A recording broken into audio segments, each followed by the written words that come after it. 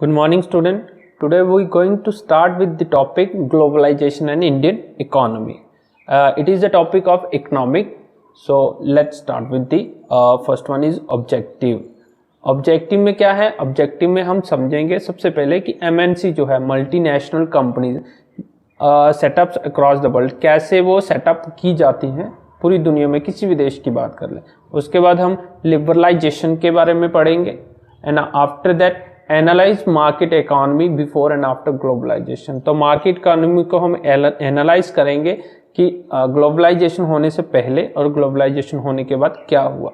And after that understand the merits and demerits of globalisation. तो merits, इसकी advantage और disadvantage दोनों ही हम ग्लोबलाइजेशन की पढ़ेंगे और समझेंगे. Let's start with the first one. Various way by which MNC, that is a multinational companies, set up or control the production in other country. तो किस तरह से जो मल्टीनेशनल कंपनी है वो या तो किसी देश में क्या जाके सेटअप होती है या फिर किसी देश में जाके वहाँ पे कंट्रोल प्रोडक्शन करती है, वो कैसे किया जाता है. सबसे पहले क्या है, the setup production jointly with some of the local companies. Joint production provides money for additional investment and latest technology for production. तो सबसे पहले एमएनसी क्या करती है कि वो लोकल कंपनी के साथ अपना ज्वाइंटली काम स्टार्ट करते हैं. ज्वाइंट प्रोडक्शन करने का उनको बेनिफिट क्या होता है, उनको एडिशनल इन्वेस्टमेंट मिल जाती है. मतलब अगर लोकल कंपनी होगी उसका तो क्या होगा, उसका पहले से वहां पे इन्वेस्टमेंट ही हुआ होगा, तो वो उसी के साथ अपने इन्वेस्टमेंट करके स्टार्टअप करते हैं. और जिसके कारण क्या होता है, लेटेस्ट टेक्नोलॉजी जो प्रोडक्शन के में होती है प्रोडक्शन के लिए वो उनको मिलती है, और जो नहीं होती है वो उनको प्रोवाइड करवाई दी जाती है. जिसके बाद क्या करते हैं वो, to buy up local companies and then expand production. तो वो उसके बाद क्या कर लेते हैं, लोकल कंपनी को अपने साथ मिला लेते हैं, उसको खरीद लेते हैं और अपनी जो प्रोडक्शन है उसको क्या कर लेते हैं, और ज्यादा बढ़ा लेते हैं, एक्सपेंड कर लेते हैं. After that place order for production with small producer. तो फिर क्या करते हैं, वो छोटे छोटे जो प्रोड्यूसर्स होते हैं उनको भी क्या कर देते हैं, अपने अंदर लाने के लिए उनको भी ऑर्डर्स प्लेस करते हैं फॉर प्रोडक्शन. जिससे क्या होता है, वो लोकल जो कंपनीज होती हैं उनको भी बेनिफिट प्रोवाइड करवाती हैं. और लास्ट में क्या है, bye setting up partnership with local companies. क्योंकि स्टार्टिंग भी उन्होंने क्या किया था, ज्वाइंटली वर्क किया था, तो फिर उसके बाद क्या करते हैं, वो पार्टनरशिप कर लेते हैं किनके साथ, लोकल कंपनी के साथ. और लोकल कंपनी के साथ जब पार्टनरशिप करते हैं तो क्या होता है फिर उसका, by using the local companies for supply. वो लोकल कंपनी की सप्लाईज के लिए यूज करते हैं उनसे. और by closing competing with the local company or buying them up. जहां तो वो क्या करेंगे, कंपीट करेंगे लोकल कंपनी के साथ, या फिर उसको खरीद ही लेंगे अपने में मिलाने के लिए. MNC are exerting a strong influence on the production at these distance location. As a result, production in these widely dispersed location is getting interlinked. तो क्या है, देखो कभी जब लोकल कंपनी को वो क्या करते हैं, या तो compete करेंगे या फिर उनको खरीद के अपने साथ मिला लेंगे. और MNC के पास क्या होता है, बहुत सारी इन्वेस्टमेंट होने के चांसेस होते हैं, और उनके पास जहां पे ज्यादा इन्वेस्टमेंट होगी तो उनको प्रॉफिट भी ज्यादा होगा, इनके मतलब उनके पास कैपिटल भी ज्यादा होगा. तो वो क्या करते हैं, एमएनसी का क्या होता है, एक बहुत ही ज्यादा प्रभाव है प्रोडक्शन की लाइन में, और दूर दूर तक लोकेशन, डिस्टेंस लोकेशन हो चाहे, वो उनको क्या कर लेते हैं, इतने अच्छे तरीके से उनको कर लेते हैं कि ताकि उनकी अगर दूर लोकेशन भी है तो वो भी इंटरलिंक्ड रहते हैं एक दूसरे के साथ. Next one is foreign trade and integration of market. तो पहले तो फॉरेन ट्रेड क्या है, फॉरेन ट्रेड है, फॉरेन ट्रेड मतलब exchange of goods and goods, जिसमें क्या करते हैं, purchase sales across geographical boundaries of the country. तो मतलब फॉरेन ट्रेड मतलब एक कंट्री के साथ नहीं होता, एक से ज्यादा कंट्री के साथ. यहाँ पे एक कंट्री दूसरे कंट्री के से क्या करती है, परचेज कुछ करती है और उसके बदले में कुछ उसको सेल करती है. चाहे किसी के लेट्स सपोज किसी ने गाड़ी के लिए कंपोनेंट्स खरीदे हैं, कोई गाड़ी ही वहां पे सेल करता है. ये सब क्या होता है, अक्रॉस द ज्योग्राफिकल बॉर्डर्स होते हैं, पूरी वर्ल्ड के कहीं पे भी हो सकता है. Next one is the goods travel from one market to another. तो जब फॉरेन ट्रेड होगा तो क्या होगा, लेट्स सपोज एक लोकल मार्केट में प्रोडक्ट बना है, वो दूसरे देश में जाएगा तो वो क्या हो जाएगा, it will travel to another market. Local से वो डोमेस्टिक से वो दूसरे कंट्री में चला जाता है, उनके दूसरे कंट्री की डोमेस्टिक में आ जाता है।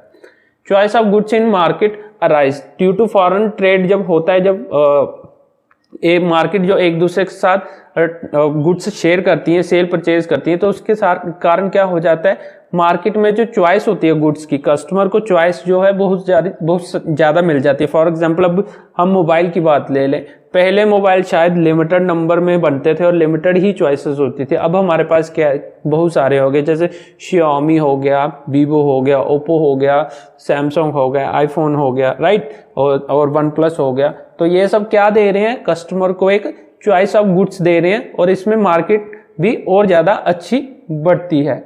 Prices of similar goods in two market tend to become equal. तो अगर लेट्स सपोज की प्राइस है अगर सिमिलर गुड्स के दो मार्केट में, तो वो क्या हो जाती हैं, इक्वल हो जाती हैं। Producer in the two countries closely compete against each other even though they are separated by thousands of miles. Thus the foreign trade result in connecting markets or integration of market in a different countries. तो जो producer हैं वो चाहे दूसरी country में बैठे हुए हैं, पर वो फिर भी वो एक दूसरे के साथ क्या कर रहे हैं, compete कर रहे हैं against each other।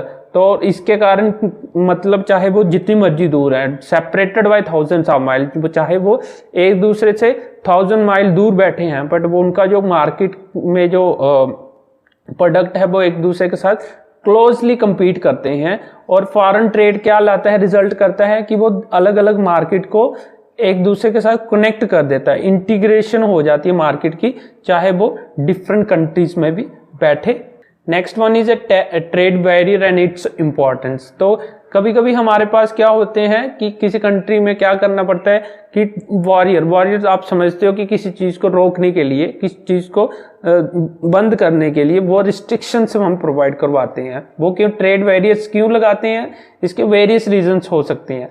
पहला है various restriction which are used by government to increase और डिक्रीज फॉरेन ट्रेड। तो अगर हम किसी कंट्री के साथ फॉरेन ट्रेड को इंक्रीज या डिक्रीज करना चाहते हैं, तो उनको अगर हम इंक्रीज करना चाहते हैं तो रिलैक्सेशन दी जाती है, और अगर डिक्रीज करना चाहते हैं तो क्या किया जाता है, रिस्ट्रिक्शंस लगाई जाती है। और इसमें क्या होता है, गवर्नमेंट यूज करती है ट्रेड बैरियर टू इंक्रीज और decrease foreign trade to decide what kind of goods and how much of each should come into country. तो ये क्यों जरूरी है, क्योंकि हमारी गवर्नमेंट को एक रास्ता मिल जाता है कि वो क्या कर सके, डिसाइड कर सके कौन सी चीज हमारी कंट्री को चाहिए और कितनी चाहिए, जिससे वो हम किसी भी चीज का क्या होता है, फ्लो, इनफ्लो और आउटफ्लो को आसानी से कंट्रोल कर सकते हैं। ठीक है। Next one is special economic zones. तो बेटा सबसे पहले है कि स्पेशल इकोनॉमिक जोन्स होते क्या हैं। तो स्पेशल इकोनॉमिक जोन्स वो जोन्स हैं जहाँ पे सेटिंग अप हुई होती है इंडस्ट्रियल जोन, चाहे वो सेंट्रल गवर्नमेंट ने किया हो और स्टेट गवर्नमेंट ने किया हो। वो किस लिए किया जाता है, वो स्पेशल जोन इसलिए बनाए जाते हैं ताकि फॉरेन की कंपनीज को हम अट्रैक्ट कर सके, वो ताकि इन प्लेसेस में आके आसानी से अपना बिजनेस सेटअप कर सकें, वो पैसे इन्वेस्ट कर सकें इंडिया में। और वहां पे क्या होता है, वहां पे इनको वर्ल्ड क्लास फैसिलिटीज मिलती है, उनको प्रायोरिटी मिलती है इलेक्ट्रिसिटी में, उनको वाटर भी आसानी से मिल जाता है, रोड कनेक्टिविटी होती है, ट्रांसपोर्ट फैसिलिटी होती है, वहां पे स्टोरेज भी स्टोरेज फैसिलिटी उनको मिल जाती है इजिली, जो कि नॉर्मली वो बाकी देश में शायद ना मिल पाए, बट वहां उनको आसानी से मिल जाती है। Recreational and educational facilities are also available in special economic zones. तो ये ज्यादातर क्यों बनाए जाते हैं, ये इसलिए बनाए जाते हैं ताकि फॉरेन की कंपनीज हमारी कंट्री में आए और यहाँ पे वो अपना बिजनेस सेटअप करें और एम्प्लॉयमेंट जनरेट करें, और इसका प्रॉफिट और बेनिफिट्स जो है वो लोकल कंपनीज और लोकल मार्केट को भी हेल्प करें। Next one is impact of globalisation in India. तो अब ग्लोबलाइजेशन जब इंडिया में आया है तो उसका इम्पैक्ट क्या हुआ है। सबसे पहला इम्पैक्ट ये है greater competition among the producer, both local and foreign producer has been of advantage to consumer. तो कंज्यूमर को देखो, सबसे पहला बेनिफिट किसको हुआ, कंज्यूमर को हुआ, क्योंकि जो प्रोड्यूसर हैं वो क्या कर रहे हैं, उनके लिए एक टफ कंपटीशन, ग्रेट कंपटीशन मिल गया, चाहे वो लोकल है प्रोड्यूसर जो चाहे लोकल हो चाहे फॉरेनर हो, वो सब compete कर रहे हैं, और जब compete कर रहे हैं तो बेनिफिट किसको मिलता है? कंज्यूमर को मिलता है। There is a greater choice before these consumers who now enjoy improved quality and lower prices for several products. तो चॉइस जो है हमारे पास, अब कंज्यूमर एज ए कंज्यूमर हमारे पास बहुत सारी चॉइसेस आ गई हैं, और अब चॉइसेस होने के कारण हमें क्या हो गया, हम बड़े आराम से इंजॉय कर रहे हैं, वो भी कैसे इंजॉय कर रहे हैं, इम्प्रूव्ड क्वालिटी हमें मिल रही है, और प्राइसेस भी क्या है, बहुत सारे प्रोडक्ट्स के प्राइसेस क्या हैं, बहुत ही लो है। जैसे कि अब मोबाइल में देख लो, मोबाइल में हमें पहले जैसे मोबाइल की प्राइसेस बहुत ज़्यादा हाई होते थे, बट अब क्या है, बजट में आ गए मोबाइल, फीचर फ़ोन तो बहुत ही सस्ते हो गए हैं। अब जो स्मार्टफोन है वो भी बजट में हो गए हैं, और प्राइसेस पहले के मुकाबले ये बहुत ही कम है। और इम्पैक्ट, ग्लोबलाइजेशन का इम्पैक्ट जो इंडिया में हुआ है, उससे क्या हुआ है कि फॉरेन का इन्वेस्टमेंट है वो क्या हुआ है, इंक्रीज करा है, वो बहुत ज़्यादा बढ़ गया है। फॉरेन की कंपनी, फॉरेन की एमएनसी जहाँ पे आके सेटअप कर रही हैं और बिजनेस स्टार्ट कर रही हैं। Next one is the increased competition has encouraged top Indian company to invest in the new technology production methods and raise their production standards। तो जब कंपटीशन इंक्रीज हुआ तो अब कंपनीज, इंडियन कंपनीज को भी क्या करना पड़ा, इंडियन कंपनी को भी उन्होंने अपना कंपटीशन जो बढ़ गया है उसमें अपनी न्यू टेक्नोलॉजी में, जिसको आप रिसर्च एंड डेवलपमेंट कह सकते हो, उसमें भी वो क्या कर रही है, इनकरेज कर रही हैं, इन्वेस्ट कर रही हैं, जिसका कारण क्या है कि न्यू टेक्नोलॉजी होगी तो उनके जो प्रोडक्शन स्टैंडर्ड्स है, क्वालिटीज है, उसको इंक्रीज करेंगे, प्रोडक्शन के मेथड वो इम्प्रूव करेंगे, ताकि वो अपना जो भी उनका काम होगा वो एफिशिएंटली काम कर सकें, और इफेक्टिव जब प्लान्स होंगे, उनका काम होगा तो क्या होगा, क्वालिटी भी अच्छी होगी, और प्राइसेस भी क्या कर सकते हैं, वो लो प्राइसेस पे भी सर्वाइव कर सकते हैं। Globalisation has enabled some large Indian companies to emerge as a multinational। तो बहुत सारी कंपनीज, इंडियन कंपनीज भी हैं जो मल्टीनेशनल है, और वो बहुत सारे देशों में काम करती हैं, whether it's they are going to be United States of America, UK, ये सब भी मल्टीनेशनल कंपनीज काम करती हैं। जैसे टाटा का हो गया, उसके बाद एयरटेल हो गया, ये फॉरेन में भी काम करती हैं, राइट।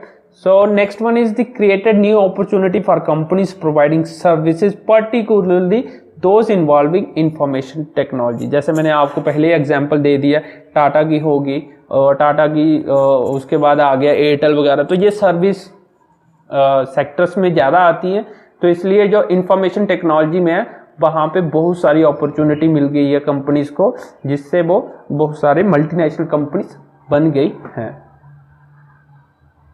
उसके बाद है लास्ट में हमारे इम्पोर्टेंट टर्म्स। तो हमारे जो पूरा लेसन आपने रीड कर लिया होगा, मैंने आपको पहले भी कहा था कि आप पूरा लेसन रीड कर लो और उसके बाद इस वीडियो को देखना है।